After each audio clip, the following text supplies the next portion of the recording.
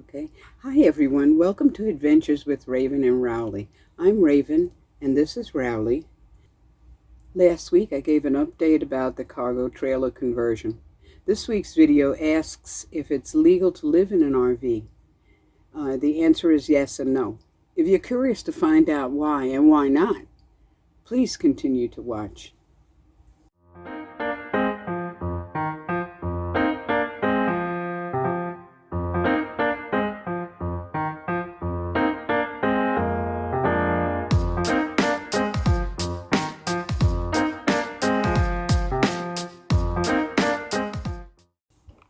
The question is, can you live permanently in an RV, a van, a car? I live permanently in a fifth wheel, full time. I live in an RV park. It's a gated community. The things I really like about it is that it's a gated community. The price includes Wi-Fi, which is pretty reliable, electricity and plumbing, all in one bill, one monthly payment, that's it. There is stuff going on here all the time. There's big screen movies on the lawn, sometimes by the pool or in the clubhouse. The pool is available year-round. It has a gym, woodworking shop, a sewing room with sewing machines, etc. There are all kinds of clubs, all kinds of clubs. The negatives for me is that I don't like so many people. It feels like I'm living in a city. I look around, I see other rigs, I don't see nature. I say hello to my neighbors, I'm friendly, but I don't know them, and they change often. I mean, I open the door and then there's a new rig next to me, or there's a space next to me. I didn't know they were going, that kind of thing. I don't know my neighbors.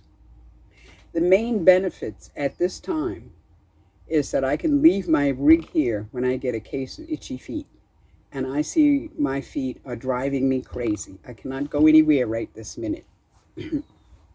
No car, okay?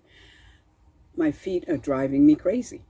I see myself dancing around a fire in the desert. I see myself playing music in the wild next to a stream.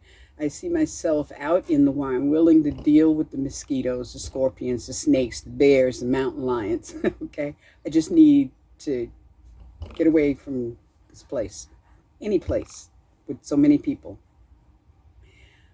The benefit of this place is that I can call this my home base, and I feel safe here. I do. I can leave my rig for any length of time, and I feel that it's secure.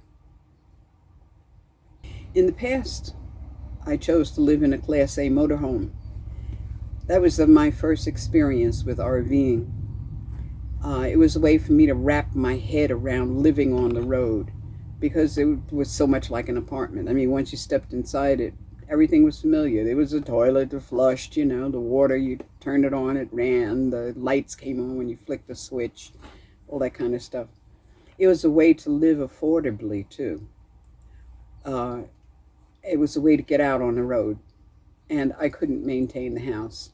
It got to the point where every dime that came in went to the house. It was killing me. It cost a fortune. Every time I turned around, the taxes went up, or the insurance went up, or it was a ball and chain around my neck. I saw myself living out on BLM land or in the national forests or whatever, dancing around the bonfire, playing music next to a stream. And I love to drive that rig sitting high above the traffic. Now I know what truckers see and don't see. And being able to see the traffic a couple of miles ahead is a wonderful thing. But the question is it legal to live in your car, van, RV permanently? The legality seems to have something to do with sleeping. I don't know why, but it really does. Being in a place seems to be okay unless you're loitering. Which is defined as standing or waiting around idly without apparent purpose. So if you're just standing around, you're always in one place, the neighbors are going to get crazy, okay? Sleeping in one place over and over where it's technically okay but not explicitly allowed is discouraged in a van or car. So don't, be parking in somebody's driveway. You got to be careful parking in a neighborhood where there are a lot of houses and not, you got to be crafty about it. The neighbors will, if you're standing around, loitering around, if you're in the same place every night, the neighbors will call the cops, and you'll get that dreaded knock. And if you get that dreaded knock too often, away you go, Sleeping in an RV is harder than sleeping in a car or a van in a neighborhood or something. It is discouraged in most cities. In some cities, you can't even drive around in the city with an RV. And towns, unless you're in a designated, you can't sleep unless you're in a designated RV area, if they have a designated RV area, which a lot don't. So the question is, can you live permanently in an RV, van, or a car? Before answering, I have to say, I'm talking about 1 or 2 people, depending upon the size of the vehicle. Too many people in an RV can cause problems, especially if there are too many children. You will find that the authorities will be called. Yes and no, it depends upon your rig and what kind of camping you're doing.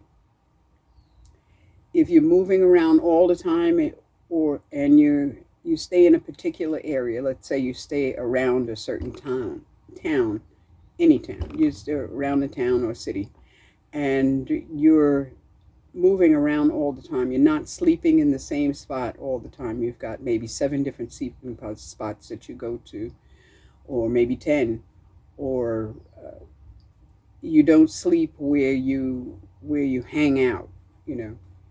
You might be able to get away. You can get away with it. If you're in an RV, you have to become more creative if you stay around the same place in the same town or city.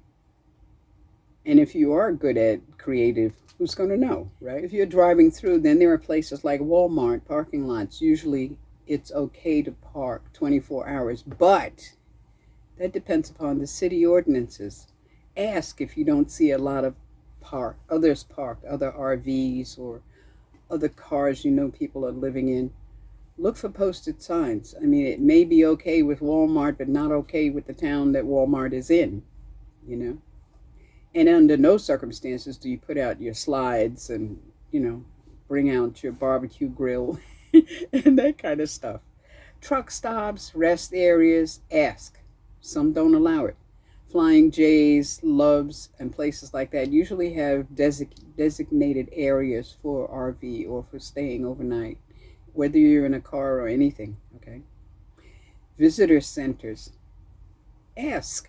Again, always ask, because some don't allow it. Same thing with hotels and motels.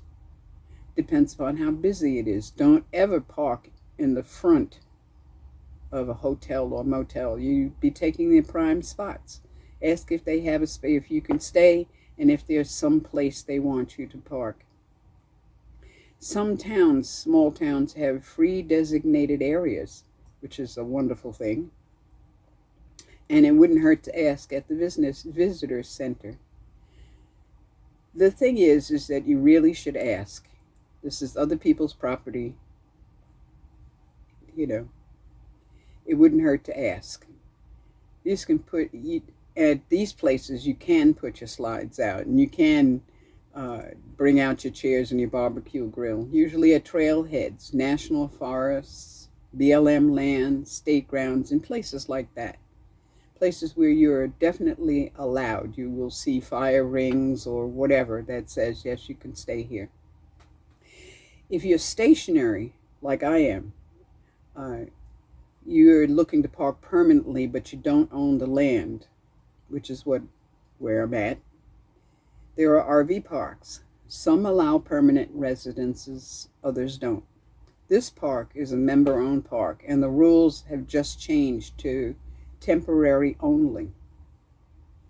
I'm grandfathered into the permanently group, and there's about 70 of us. Federal and state campgrounds allow somewhere between around 14 days before you have to move on. And then you have to move on 25 miles or 100 miles or whatever. It depends upon whichever park it is and what they say is the rules in whatever state or county you're in. And on some native lands, some First Nation lands, some allow permanent residence. Some allow permanent residence with a very small fee. But in most cases, you're there with no services. Just, or maybe you want to be stationary, but you own the land. You need to know that each state, county, town, city, borough has its own regulations and rules.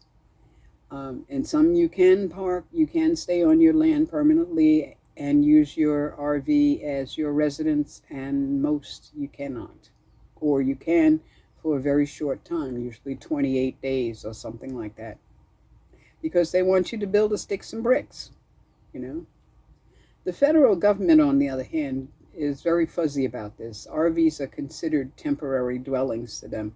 It doesn't say you can't live full-time in an RV or a car or whatever. It doesn't say that you can. It leaves it up to the states and the county and the city and the town and the borough. And the town and the borough may not agree. The city and the state may not agree. You need to ask. Local government, if you are on your own land, you have to check for ordinances and zoning. As I said, all of the cities, towns, government, everything is all different. All of the rules are different. All the laws are different. And especially if you're buying a piece of property, you want to go off-grid and that kind of stuff, you have to be really, really careful and check everything. On your own land, make sure you check all local ordinances and zonings. It's usually okay to park an RV on your land, but living in the RV is something else. So the question is, can you live permanently in an RV, a van, or a car? Yes or no? It depends. Depends upon where you are, what you're doing, how you're living, etc. I hope that was helpful. Okay. As for Rowley, the Rowley report. Rowley's doing okay. Rowley is being Rowley. He was a little sick this week. I think he ate something. Maybe, I don't know what he ate. He did whatever it was. It didn't agree with him, and he wasn't eating for about 2 days, and he had diarrhea and for one go. And everything firmed up after that. And his nose got to be cold again. Although I read that a warm nose is not an indicator of illness, and a cold nose is not an indicator of health. Scared the heck out of me, though. But he's okay now. And he's being Rowley. He's being excitable and wants to chase his ball and play.